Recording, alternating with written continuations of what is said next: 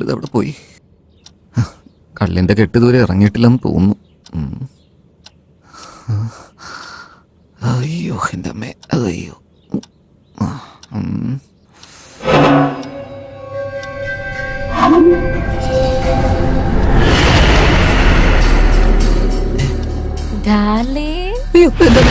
എന്നൊന്നും ചെയ്യില്ലേ, എന്നൊന്നും ചെയ്യില്ലേ. നമ്മൾ തമ്മിൽ ഡീലുണ്ടായിരുന്നു, മറന്നുപോയാ? എന്നൊന്നും ചെയ്യില്ലെന്ന് സത്യം പറഞ്ഞല്ലേ? വേണ്ട, ഞാനിപ്പോ ആ മൂഡിലല്ല. എനിക്കുണ്ടല്ലോ. Come on, Teja. Get into the mood. എനിക്ക് മൂഡ് വരുന്നില്ല.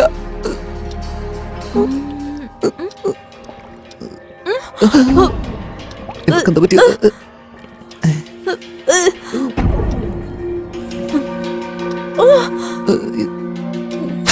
അയ്യോ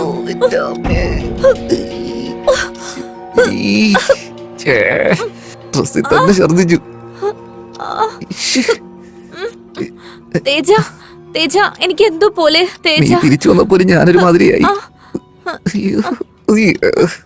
I think we need to go to a doctor. ഡോക്ടറോ? എന്തിനാ? കൂട്ടിക്കൊണ്ട് പോവോ അതോ ഞാൻ തന്നെ പോണോ? ഒരു മിനിറ്റ് വെയിറ്റ് ചെയ്യ്, ഞാൻ കൊണ്ടുപോവാ. പറയടാ അളിയാ, പറയടാ. ഞാനാ അളിയാ. നീയാണോ? പറ. എന്റെ ഭാര്യ ഛർദിക്കുന്ന അളിയാ. അബ്ബാ, ഈ ലോകത്തിൽ നിന്നെ പോലെ ഒരുത്തൻ ജനിച്ചിട്ടില്ല, ഇനിമേ ജനിക്കാനൊട്ട് പോണൂല്ല. എന്താ അളിയാ? എന്താടാ പറഞ്ഞു വരുന്നത്? സോംബിയെ ഗർഭിണിയാക്കി ആദ്യത്തെ ആണ് നീ തന്നെയാടാ. ഇത് ആ ഛർദിലല്ലടാ, കള്ളു കുടിച്ചിട്ട് ഛർദിക്കുന്നതാടാ.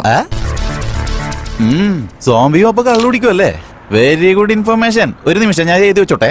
അതല്ല അളിയാ, അർജന്റായിട്ട് അവളെ ഹോസ്പിറ്റലിൽ കൊണ്ടുപോകണമെന്ന് പറയുക. എന്താ ചെയ്യുന്നതെന്ന് പറ. ഹോസ്പിറ്റലിൽ എങ്ങനെയാടാ കൊണ്ടുപോകുന്നത്? ഇപ്പോ ശരി, നിന്റെ വീട്ടിൽ മേലൊരു ബെഡ്റൂം ഇല്ലേ? ഉണ്ടല്ലോ. ബെഡ്റൂമിന് പുറത്തൊരു ഹോൾ ഇരിപ്പില്ലേ? ഉണ്ടടാ. ആ ഹോളിലൊരു സോഫയില്ലേ? ഉണ്ടെന്ന്. ആ സോഫയുടെ കീഴിൽ ഒരു ബുർക്കയില്ലേ? ഉണ്ടാക്കി. പിന്നെന്താടാ, പ്രോബ്ലം സോൾവ് ആയില്ലേ? അതാടാ പറയുന്നത്. തോക്കുണ്ടായിട്ട് കാര്യമില്ല, ആ തോക്ക് എങ്ങനെ ഉപയോഗിക്കണം അറിയണം. ഫോൺ വെക്കടാ. താങ്ക് യു അളിയാ.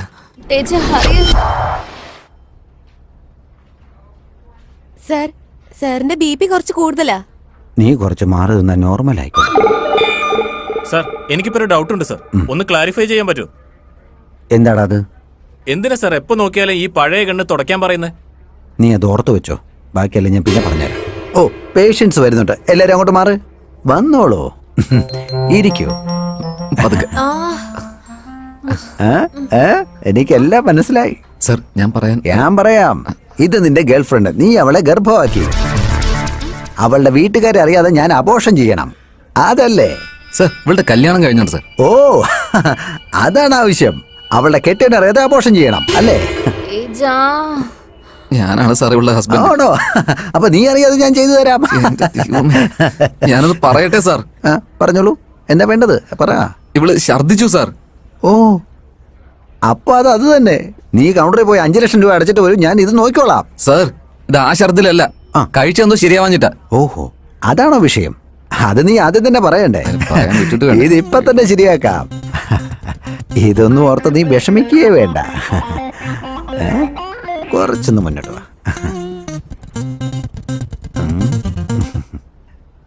സാധാരണ എന്താ കഴിക്കാറ്? പട്ടി, എലി, പൂച്ച, ആട്. പട്ടി, എലി, പൂച്ച, ആട്. വളരെ നല്ല ഭക്ഷണം. I like your sense of humour. ഇവളുടെ കോമഡി എനിക്ക് ഒരുപാട് ഇഷ്ടമായി. ഇവള് നന്നായിട്ട് കോമഡി പറയുന്നുണ്ട് കേട്ടോ. ഇതെല്ലാം നീ ഓർമ്മ വെച്ചോണം. അതിനെ കുറിച്ച് ഞാൻ പിന്നെ പറഞ്ഞുതരാം. പിന്നെ സംസാരിക്കാം. അല്ല, അതൊക്കെ അവിടെ നിൽക്കട്ടെ. ഇപ്പൊ നീ മനുഷ്യ സ്ത്രീയാണോ അതോ വേറെ വല്ലതും ആണോ? അറിയില്ല, നിങ്ങൾ തന്നെ ഓ, ഞാൻ പറഞ്ഞുതരാം. ഞാനൊരു മനുഷ്യനാണെന്ന് തന്നെ വിചാരിക്കുന്നു. പക്ഷെ എന്റെ ഭർത്താവ് വിശ്വസിക്കുന്നതേ ഇല്ല. ഞാൻ മരിച്ചിട്ട് 1 മാസത്തോളായി.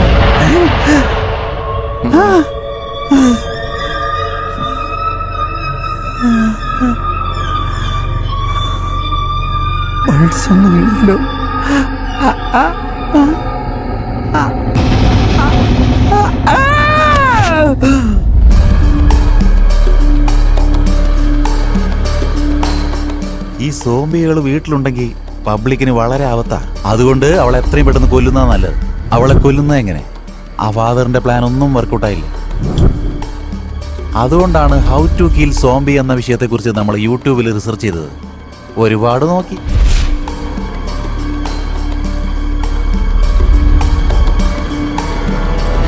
അതാണ് കാര്യം. മൊത്തത്തില് ഈ മിരുതം പടം കണ്ടതിന് ശേഷം നമ്മൾ ഇന്റർനെറ്റിൽ സെർച്ച് ചെയ്ത് വഴി നമ്മൾ കണ്ടുപിടിച്ച എന്താന്ന് വെച്ചാ ഈ സോംബികൾക്ക് തലച്ചോറല്ലാതെ വേറെ ഒന്നുമില്ല എന്നർത്ഥം. നിനക്കത് ഒഴിച്ചു ബാക്കി എല്ലാം ഉണ്ടല്ലോ. ആവശ്യമില്ലാതെ കൗണ്ടർ പറയല്ലേ ഞാൻ പറയുന്ന കേക്ക്. ഇപ്പോ ഈ സോംബികളുടെ കയ്യിലുള്ളത് വെറും തലച്ചോറ് മാത്രമാണല്ലോ. ബാറ്റ് കൊണ്ട് നല്ല ഓങ്ങി ഒന്ന് അടിച്ചാ അതോടെ അവരുടെ കഥ കഴിയും. കൺഫേമാ. അതെങ്ങനെ അളിയാ? You mean how? ഇങ്ങനെ തന്നെയാടാ. ഇപ്പോ നമ്മുടെ ധോണിയില്ലേ, വേൾഡ് കപ്പ് ഫൈനലിൽ 6 അടിക്കുന്നത് കണ്ടിട്ടില്ലേ? അതുപോലെയാടാ അളിയാ. അതെങ്ങനെയാ ഒന്ന് അടിച്ചു കാണിച്ച്? ധോണിയുടെ പണി ധോണി എടുത്തോളും, ദ്രാവിഡിന്റെ പണി ദ്രാവിഡ് എടുത്തോളും. ധോണി ചെയ്യുന്ന പോലെ ദ്രാവിഡും, ദ്രാവിഡ് ചെയ്യുന്ന പോലെ ധോണിയും ചെയ്യാൻ പാടില്ല. എന്റെ നേരം വരുമ്പോ ഞാൻ ചെയ്തോളാം. നീ ഇപ്പൊ പോയി നിന്റെ പണി ചെയ്യാൻ നോക്ക്. പോ ബ്രദർ, നിന്റെ ഉള്ള ധൈര്യം പുറത്തുകൊണ്ടുവരാൻ നോക്ക്. പക്ഷേ ഇപ്പോഴും ഒരു ഡൗട്ട് ഉണ്ടോ അളിയാ? ഡൗട്ടോ? ഇൻ കേസ് മരിച്ചില്ലെങ്കിലോ? ഇങ്ങോട്ട് വന്നേ. മതി മതി. ഓക്കെ ഓക്കെ, മനസ്സിലായി അളിയാ. മനസ്സിലായി.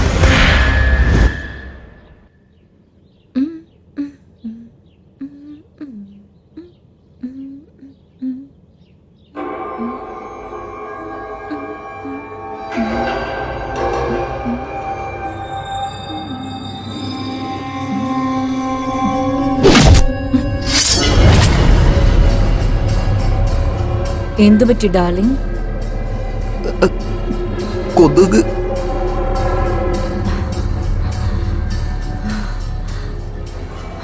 എന്നോട് നിനക്ക് അത്രയ്ക്ക് ഇഷ്ടമല്ലേ?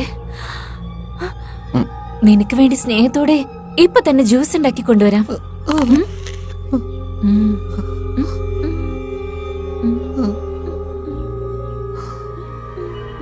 ഇത് ഒടിഞ്ഞു പോകാൻ മാത്രം ഉണ്ടോ നീ?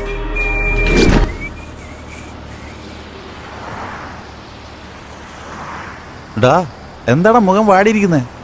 ഇത്രയൊക്കെ സംഭവിച്ചിട്ട് എങ്ങനെയാ ഹാപ്പി ആയിട്ടിരിക്കാൻ പറ്റുന്നത്? ഡോണ്ട് വറീടാ. ആ ഫാദർ ഡിക്കോസ്റ്റ ഇല്ലേ, അയാളുടെ അടുത്ത് കിങ് ഗ്ലാഡിയേറ്റർ യൂസ് ചെയ്ത ഒരു കത്തി ഉണ്ടെന്നാ പറഞ്ഞത്. അത് ഞാൻ വാങ്ങാൻ പോവാ. ആ കത്തി കൊണ്ട് നിന്റെ ഭാര്യയുടെ തല വെട്ടിയാണ്ടല്ലോ നമ്മുടെ എല്ലാ പ്രശ്നവും തീരും. അതോടെ അവളെ കഥ ഫിനിഷ്. ഇനി കൊല്ലണോ? എന്നെ കൊണ്ടൊന്നും പറ്റില്ല, നീ ചെയ്താ മതി. ഓ എന്റെ അമ്മോ. നിനക്ക് ശ്വേതയുടെ കൂടെ ന്യൂ ലൈഫ് വേണോ അതോ സോംബിയുടെ കൂടെ ഓൾഡ് ലൈഫ് വേണോ? ആരാണെങ്കിലും പുതിയൊരു ലൈഫ് കിട്ടുന്നതല്ലേ അളിയാ കാര്യം. അപ്പൊ പിന്നെ എന്താടാ ആലോചിക്കുന്നത്?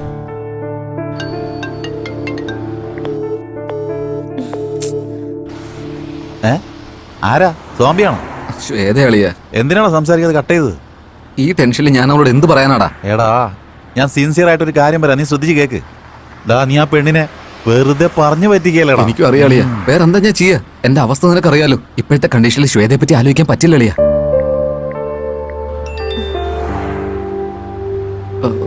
ഇപ്പൊ ആരാ? ശ്വേതടാ, എന്നെ അർജന്റായിട്ട് കാണണോന്ന്, എന്തോ ഇമ്പോർട്ടന്റ് ആയിട്ടുള്ള കാര്യമാണൊക്കെ. ഇപ്പൊ കാണാൻ വന്നില്ല, ഇനി കാണാനേ വരണ്ടാന്ന്. എന്ത് ടോർച്ചറുള്ള കളിയാ. ഞാൻ ആലോചിക്കാതെ ഒരു കാര്യം പറയാം. നീ ഇപ്പൊ തന്നെ പോയി ശ്വേതയെ മീറ്റ് ചെയ്യണം. അപ്പൊ ഫാദർ ഡിക്കോസ്റ്റ? അത് ഞാൻ നോക്കിക്കോളാം. ഫാദറിനെ ഞാൻ മീറ്റ് ചെയ്തോളാം. നീ പോയിട്ട് വാ. കുറച്ച് ചിരിക്കടാ, പുതിയ ലൈഫ് തുടങ്ങാൻ പോവല്ലേ. അതാണ് ഗുഡ് ബോയ്. പിന്നെ അവളെ കാണാൻ പോകുമ്പോ ഈ നാറിയ മുഷിഞ്ഞ തുണിയിട്ടോണ്ട് പോയേക്കല്ലേ. പോണ വഴിക്ക് ഒരു ഷോപ്പിൽ കയറി നല്ല തുണിയൊക്കെ വാങ്ങിട്ട് പോ. എന്നിട്ട് അത് ധരിച്ചിട്ട് പോ. നീയും സുന്ദരനായിരിക്കണം, നിന്റെ ഡ്രസ്സും സ്റ്റൈലായിരിക്കണം. റൊമാൻറ്റിക് ആയിട്ട് പോണം കേട്ടോ. Naughty boy.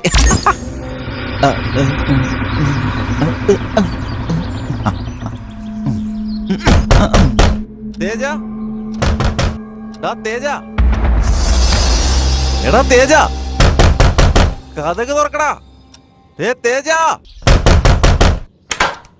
എടാ തേജ. ഹലോ ചേച്ചി, തേജ ഇരിപ്പില്ലേ? അത് ഞാൻ വന്നാന്ന് വെച്ചാ. ഇതെന്താ ചടപടാന്ന് കഥ കിടക്കുന്നത്?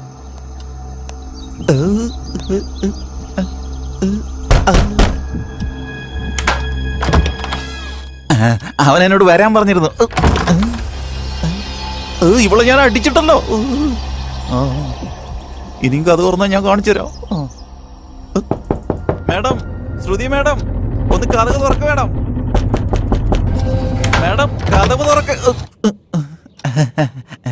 അത് ഞാൻ പറയുന്ന ഒന്ന് കേട്ടാലെന്താ? DVD തരാന്ന് പറഞ്ഞിരുന്നു. വേണമെങ്കിൽ നിങ്ങൾ അവനോട് വിളിച്ചു കുറിച്ചോ.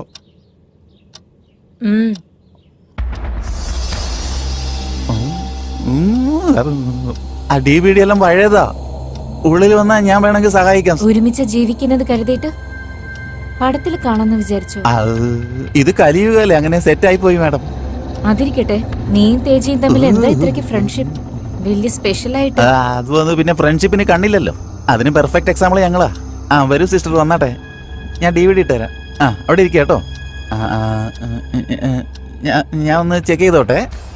അത് കഴിഞ്ഞ പ്രാവശ്യം ഞാൻ എടുത്തോണ്ട് പോയപ്പോ ഈവിൾ ഡെഡിന് പകരം കലകലപ്പ് എന്നുള്ള പടം കിട്ടിയത്. അതുകൊണ്ടാണ് ഞാൻ ഇപ്പൊ ചെക്ക് ചെയ്യുന്നത് കേട്ടോ. കിട്ടിപ്പോയി കേട്ടോ. ഒരു മിനിറ്റ്. അമ്മ